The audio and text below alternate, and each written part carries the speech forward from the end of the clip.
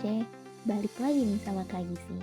Kali ini kita akan belajar materi kimia kelas 12 dengan topik senyawa karbon turunan alkana, subtopik alkohol dan eter.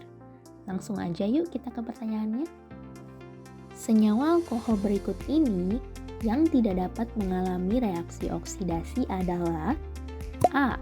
1-propanol, B. 2-propanol, C. 3-metil-2-butanol, D. 2-metil-2-propanol, atau E. 2-pentanol. Nah, untuk dapat menjawab pertanyaan ini, kita perlu mengetahui terlebih dahulu nih jenis-jenis senyawa alkohol serta produk apa yang terbentuk dari reaksi oksidasinya. Alkohol merupakan suatu senyawa turunan alkana yang memiliki gugus hidroksil atau gugus OH. Berdasarkan letak gugus OH pada atom karbonnya, alkohol dibedakan menjadi 3 jenis, yaitu yang pertama adalah alkohol primer, kedua adalah alkohol sekunder, dan yang ketiga adalah alkohol tersier. Alkohol primer merupakan senyawa alkohol yang memiliki gugus hidroksil terikat pada atom C primer atau atom C yang mengikat satu atom C lainnya. Reaksi oksidasi alkohol primer akan menghasilkan suatu senyawa alkanal atau aldehida. Jika kita biarkan beberapa lama, maka proses oksidasi tersebut akan berlanjut dan menghasilkan suatu senyawa asam karboksilat. Salah satu contoh alkohol primer adalah 1-propanol yang dapat dilihat pada gambar berikut ini. Angka 1 pada 1-propanol menunjukkan bahwa letak gugus hidroksil atau gugus OH terletak pada atom C nomor 1, di mana atom C nomor 1 ini mengikat satu atom C lainnya. Reaksi oksidasi pada 1-propanol akan menghasilkan suatu senyawa alkanal atau aldehida yang disebut propanal. Reaksi oksidasi lebih lanjut dari senyawa propanal akan menghasilkan senyawa asam karboksilat yang disebut asam propanoat. Gugus hidroksil akan berubah menjadi gugus aldehid COH dan kemudian gugus COH akan berubah menjadi gugus asam karboksilat COOH.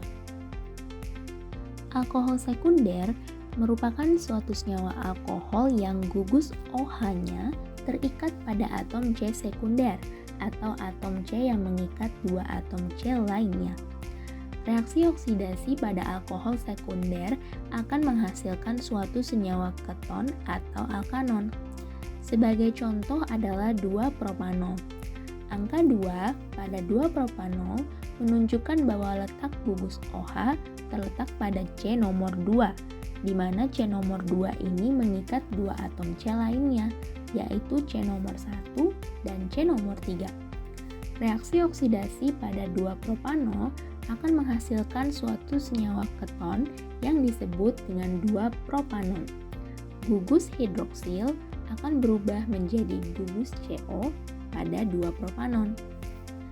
Selain 2-propanol, senyawa lainnya yang juga termasuk alkohol sekunder adalah 2-pentanol dan 3-metil-2-butanol yang digambarkan dengan struktur berikut ini. Sedangkan alkohol tersier merupakan suatu senyawa alkohol yang gugus OH-nya terikat pada atom C tersier atau atom C yang mengikat 3 atom C lainnya. Secara garis besar, mekanisme oksidasi alkohol yaitu merupakan reaksi untuk menghilangkan atom hidrogen pada atom C yang mengikat gugus hidroksil, kemudian mengganti gugus hidroksil tersebut dengan atom oksigen. Pada alkohol tersier, reaksi oksidasi tidak dapat terjadi. Hal ini dikarenakan tidak terdapat atom H yang terikat pada atom C yang mengikat gugus hidroksil. Sebagai contoh adalah senyawa 2-metil-2-propanol. Pada senyawa 2-metil-2-propanol, gugus hidroksil dan gugus metil sama-sama terletak pada atom C nomor 2, hingga atom C tidak lagi dapat mengikat atom H. Oleh karena itu, reaksi oksidasi tidak dapat berlangsung pada alkohol tersier atau 2-metil-2-propanol ini. Jadi, senyawa alkohol yang tidak dapat mengalami reaksi oksidasi adalah senyawa alkohol tersier atau dalam soal merupakan 2-metil-2-propanol. Jadi jawabannya yang D ya teman kece, 2-metil-2-propanol. Nah, gimana nih teman kece? Sudah paham? Kalau sudah, teman kece bisa latihan lagi dengan pertanyaan berikut ini dan jangan lupa tulis jawaban kamu di kolom komentar ya. Jangan lupa juga untuk like, comment, subscribe, dan share video ini ke teman kece lainnya. Kalau teman kece mau latihan soal yang lebih bervariasi lagi, langsung aja yuk latihan soal di kejarcita.id atau download aplikasi Kejar Cita di Play Store sekarang juga. Kejar Cita, kejarimu, raih cita.